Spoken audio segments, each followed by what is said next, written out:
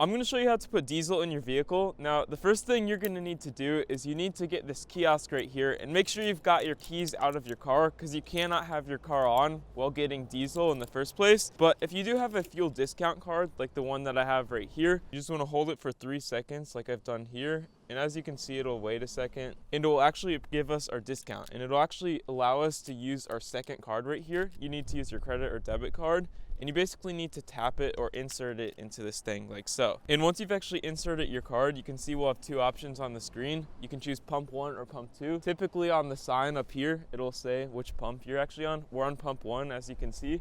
So I'm just gonna select pump 1 on our gas thing. And now that we've selected our gas pump, all we need to do to open up our fuel cap on the side of our vehicle is you can actually open up the door, get the keys out, obviously make sure your vehicle is off, and you can actually see, you can just pull open the door like I'm doing so here. If you can't pull open the door like I've done so here, usually in the side of your vehicle, there will be some sort of gas cap that you can pull that will allow you to open up your diesel canister. And as you can see, once we've opened up the door, you just want to twist the top cap. You can see there's 2 caps. This one says diesel, which is the one we actually want to fill up. And next you just want to grab the diesel pump right here.